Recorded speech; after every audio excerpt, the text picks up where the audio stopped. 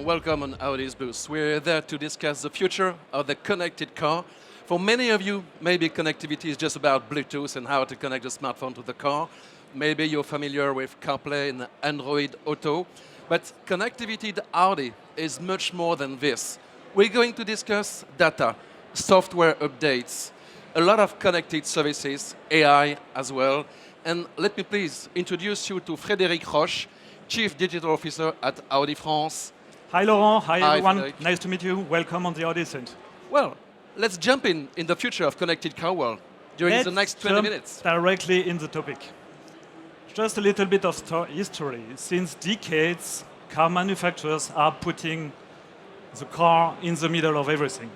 We know everything about our cars, from our production, within our IT system, and we are used to deliver cars to our retailers and our customers to use that in front of mobility. But thanks to digitalization and thanks to connected cars, we had to change our mind. We had to put the customers in the middle of everything. And this is changing almost the whole point of view of the brand, putting the customers in the middle of everything, being customer-centric, means to change the position and the vision of the car. And connectivity at all time between the customer and the brand. At all time, for sure. And putting the car, let's say, outside of the centric and the customer in the middle means that the car is becoming finally only a new device. Device that is used by our customers in order to manage their car, device to get in touch for our customers with our connected retailers, and device also regarding the connect mobility, everything they want to do. So customer is in the middle. Great. Let's see data now, because it's a key point. For sure, that's the consequences. As soon as you are putting the customer in the middle, you are considering the car as only a new device. Device means new data. And finally, the history and the story of connected cars is all about data. The challenge is clearly not on the IT side of the system. IT is able to do almost everything in 2022. But about data, that's where the challenge is. Because data are generated by the connected cars, data are to be available from the customers who are requesting scalable cars, scalable functions, and for sure, highly experienced and personalized driving experience on their day-to-day. Tell me, do you have some objectives in terms of business? Because some car manufacturers make predictions. Alors for sure, regarding data, as soon as we are dealing with data, quite often we are dealing with business and money or revenue. For sure, Audi is targeting to generate business out of those data. First of all, let's say to improve the customer experience. But we are targeting also some figures. We are not dealing with millions of euros, but billions of euros. And for sure, thanks to digitalization, all this data usage has to cover the lack that will come in the next decades by selling less cars. But we will send and sell additional services about. Let's see some examples. Yeah, for sure. As you probably know, let's say an Audi cars, but not only Audis, is nowadays equipped with a lot of sensors. All those sensors are capturing data all together. We are not dealing with megabytes, gigabytes. We are now dealing with terabytes of data that are generated directly by a single car on a yearly basis. All those data are collected, for sure have to be used. And the main reason why, the main target is clearly to improve the customer experience. Let's have an example. Within my car, I have a lot of sensors. I know, let's say, the braking power, but I know how the brakes are used. I know, let's say, if there's any diagnostic errors into the car. And how do we facilitate the customer experience among this user journey? Let's look at an example. You probably all drove a car on a yearly basis. You probably had already, let's say, this bad experience, which is just before going on holidays. You have a yellow warning flashing directly on your screen, explaining that your car is requiring maintenance. Sounds bad on the way to vacation, huh? For sure, just before going for vacation, as always, the famous Murphy law. So the warning is, and you have, let's say, to get an appointment at your dealers to make the car maintained before you are going to holidays. But now, thanks to data, thanks to all these connected cars functionalities, the car is able to predict that it's going to need a maintenance within the next weeks, meaning that the car is automatically detecting the next maintenance plan. It's sending the information directly at your preferred dealer. Then you are totally changing the mind of the customers and the experience. The dealer is calling you in advance in order to fix an appointment to make your maintenance. And for sure, the dealer knows also a lot of information about you and is able, for example, to book you a replacement car in order to let you get your mobility on your day-to-day basis. So you are just changing the customer experience at the end. So it's like health monitoring, but not with the heart. It's with the battery of components of the car. Health of the car, exactly. Great. Let's see what's next. Yeah, what's next? Thanks to all the sensors, to all the connected function of the car, we are also working on product recommendations. Since thanks to all the sensors, all the data, I know much more what our customers are doing. I know where they are driving, thanks to the Navi system. I know how many passengers are in the car, thanks to the seat detection. I know if you are much more driving on the highway or directly in the traffic jam. And all those data can for sure be merged with external third-party data, for example, which could add some social demo information. Are you in couples? What are your revenue on a monthly basis? Do you have children and things like that? And by merging all those data, for sure, I'm much more able as a brand to provide my dealer the best information about who you are. And based on that, he's, for example, able to tell you if you are much more an electric car driver, plug-in hybrid one, diesel or petrol, which is, let's say, clearly the today's question of most of our customers. Since I know how many kilometers you are driving a day, I know that you are, for example, electric compliant. You know, I have in mind the Tinder app. Usually it's to match between people, but there it's to match between a client, customer, and the car. And the perfect match with an Audi, for sure. Wow, impressive. Let's see another example right now. Let's go for the next one. Also something which is not known, let's say, from our customers. How do we use, let's say, connected data? For sure, respecting the regulation like GDPR and so on. But we as Audi are also working on improving our own products. All the buttons of our current cars are already tracked thanks to connected car. So I know that if I put a button, for example, to get the volume of your radio on the passenger side, if I'm able to get the information that it's mainly the driver who is using that button quite, I don't know, let's say 10 times a day, maybe for the next cockpit, so for the next generation of our product, this button has to be placed on the driver's side, no more on the passenger side.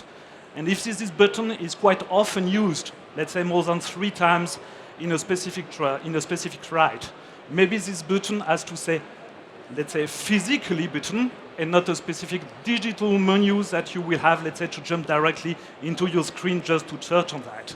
So thanks to connected cars and through data, we are also improving our products. And this is clearly valuable when we are going in the direction of autonomous driving.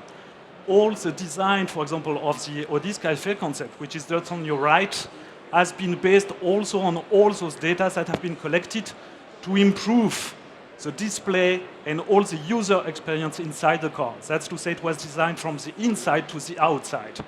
That's great because it's a direct feedback from the customer to the brand. It is. That's also, let's say, to improve customer experience at the end. So let's see now data as a revenue stream. Yeah. That's also, we still have, let's say, this one as an example, also linked, let's say, to autonomous driving. Nowadays, all the Audis that are already on the street are collecting data, and also we are generating information about the driving habits of our customers, and especially on the road. You have the speed limits on the right hand, for example. The car knows that maximum speed limit is 80 kilometers per hour. That's the official speed limit. But when you are driving in a curve, you have the maximum speed limit, and you have, let's say, the comfort speed on which the car has to drive to get the pleasure of driving.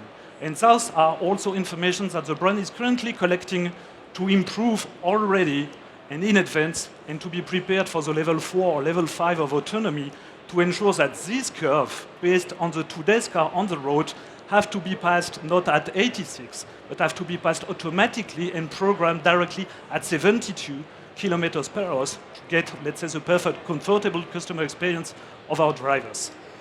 We have to say at this stage that Audi is one of the owners of HERE technologies that deliver the HD maps in order to make possible autonomous cars. Exactly. That's very important. That's clearly everything's linked. Let's say, as I said, it's all about data.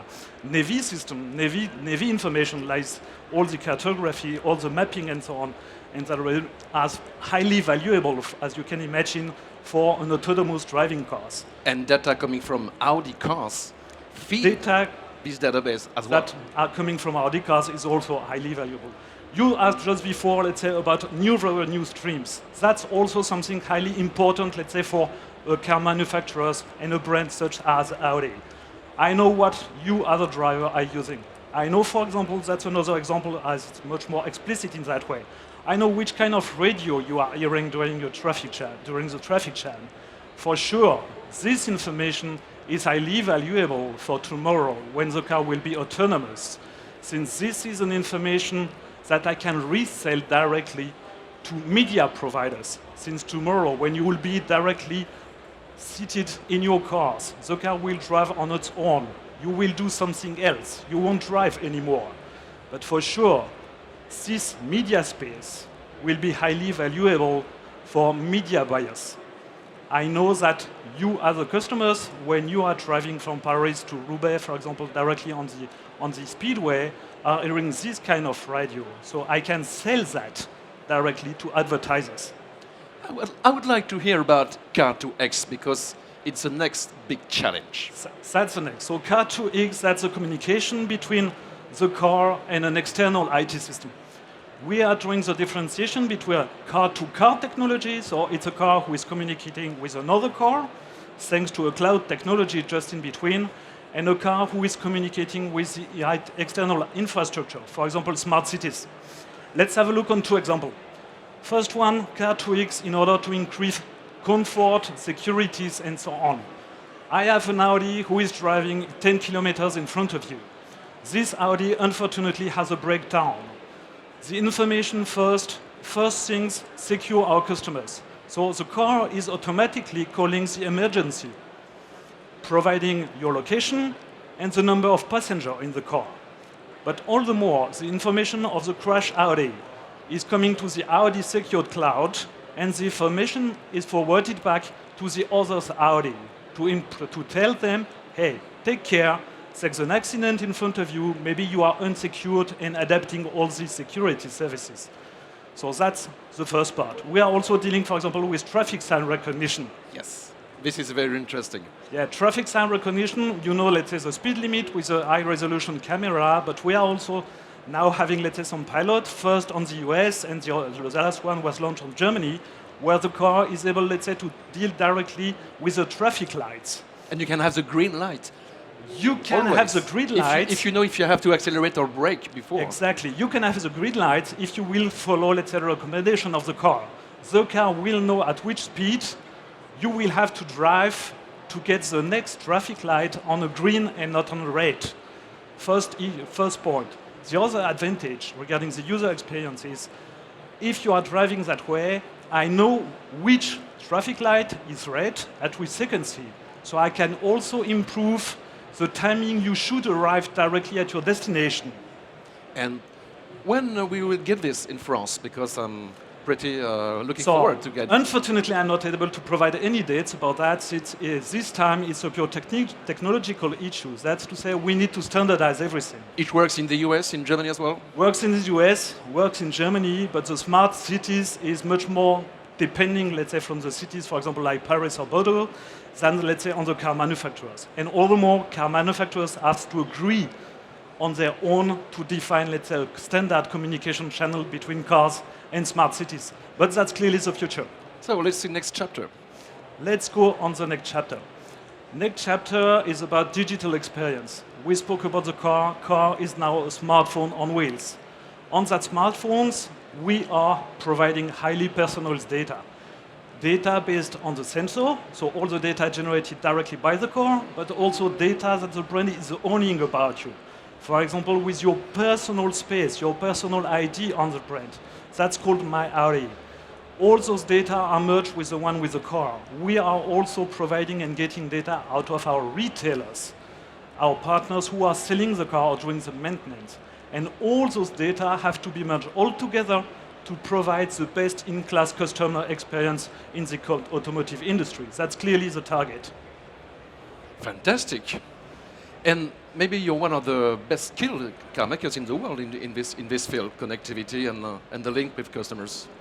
We are aiming to. You try to, of course. We are aiming to. Let's say the only who can answer that question are our customers, finally. But to jump also, let's say, on when we are dealing with data, it's all about software. And let's talk about Cariad. Cariad is part of. It's all about software and it's all about security. That's clearly one of the key points, let's say, in the future. We spoke yesterday about trust in technologies. As soon as we are dealing with data, we are dealing with hacking, especially for a connected car. The group decided some years ago to build, let's say, an entire software company called Cariad, meaning Car I Am Digital. This entity is now regrouping more than 7,500 developers. Within the whole Volkswagen group. For the whole brand of the group. So more than 7,000 developers already, and they want to jump up to, let's say, 10,000. So if you want, let's say, to join us, please apply. And they are dealing with this kind of information and these kind of topics. Data security, since as soon as you are opening a communication channel between a car and an external infrastructure, you are taking risk to be hacked. And for you, for sure, we are taking care of that, we are paying attention, and just remind that nowadays, an automotive, a car, an Audi, is much more close regarding, let's say, the building process from what is done within the airplane industry than close to the smartphone one. If someone is hacking your smartphone, okay, you're going to lose data. It's a pity. If someone is hacking your car, especially when it's going to be autonomous, and is telling you, hey guy, at the next frontier, at the next exit, I will not let you stop the car. Instead, you are paying me with 10,000 bitcoins immediately. I let you imagine the dreamer. We are dealing about life of our customers. Reason why, for example, all the systems into our cars are redundant built. They are a part of the car which is clearly not accessible from the outside to secure all the emergency system to ensure they are not being hacked. I think it was the last slide, isn't it? We are almost at the end. You're totally right, Laurent. As you probably understood, we are dealing with data, we are dealing with connected cars, we are dealing with external IT environment and IT system to provide the best-in-class customer experience at Audi. And for sure, connected car is the prerequisite of the next step of the automated driving first, so the famous level 4, as you can see on this concept car, and within the next decades of the fully autonomous driving, for sure. And we can expect that soon Audi will be ready for level 3, level 4. Level 3 is already ready, let's say, from a technical. It's mainly nowadays, let's say, linked to laws, so regulation internally. They're going to have, let's say, a change this summer in July, on which level 3 cars will be authorized, let's say, to drive on our roads, on our specific use cases, so less than 60 kilometers, only on speedways and so on. So nowadays, the challenges is no more on the technological side, it's much more, let's say, on the regulation and standardization of the technology and, let's say, data interface. I can't believe it. Is it already the end of this talk? It is, I guess, It is. unfortunately. Thanks a Frédéric. lot. Bye-bye.